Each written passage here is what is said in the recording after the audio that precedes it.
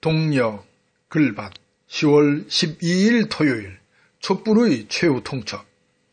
오늘 저녁 서울 서초동에서 대규모 촛불 집회가 열릴 예정입니다. 지난 토요일에 비하면 아마도 더 많은 시민들이 거리를 가득 메울 것으로 여겨집니다. 검찰개혁, 조국 수호에 대한 무지렁이 민중들의 열망이 그만큼 큰 것임을 반영한 것일 테지요. 어제 글밭에서 상식과 민주라는 렌즈를 통하여 들여다보자고 말씀을 드린 바 있습니다. 겉으로는 법의 이름으로 합법을 가장하는 짓거리를 서슴지 않으니까요. 하지만 이것이 거짓인지 아닌지는 상식과 민주에 비추면 여지없이 드러납니다. 하지만 거짓을 밝히는 그 과정은 참으로 쉽지가 않습니다. 어처구니 없게도 고통을 당하는 것은 늘 무지렁이 민중들이지요. 지금까지 그 어떤 경우도 여기에 속아 넘어가지 않는 경우는 거의 없을 정도니까요.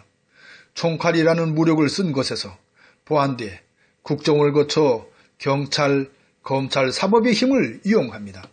그러니까 법의 이름으로 작은 죄값임에도 불구하고 너무도 큰 단죄를 내리니까요. 개인을 죽이기 위하여 그 주변을 탈탈 터는 조국의 경우가 그 좋은 예입니다. 어쩌면 이런 경우는 민주적인 발전을 가져온 사회에서 더 큰 취약성을 안고 있죠. 이런 까닭에 역사학자 전용은 브라질의 룰라의 경우를 이야기합니다. 그런데 그 어제 한겨레 신문은 충격이 큰 기사를 냈습니다. 윤석열도 별장에서 수차례 접대, 검찰 윤중천 진술 덮었다입니다. 여기에서의 접대는 자연스레 김학의를 성접대한 그 별장에서의 성접대로 읽게 됩니다. 윤중천의 진술을 덮었다는 것이 핵심이었지만 그것보다는 성접대를 받은 것에 꽂히니까요. 그만큼 검찰 고위 수뇌부의 성접대를 덮은 것이 커다란 사회 문제가 되었기 때문입니다. 이런 검찰은 2달 넘게 지나칠 정도로 조국 죽이기 흠뻑 빠져 있으니까요. 그런 과정을 거치면서 무지렁이 민중들은 뜻하지 않게 집단지성인 슬기와 진실을 얻습니다. 또한 그것은 나라를 이끌 만한 무거운 짐을 지켜도 좋을 만큼의 새 사람, 조국을 얻습니다. 그 누구도 버틸 수 없을 정도의 무차별적인 시달림에도 꿋꿋하게 버티어 주었으니까요. 그 까닭은 첫째로 떳떳한 삶을 삶았던 조국에게서 찾을 수 있습니다.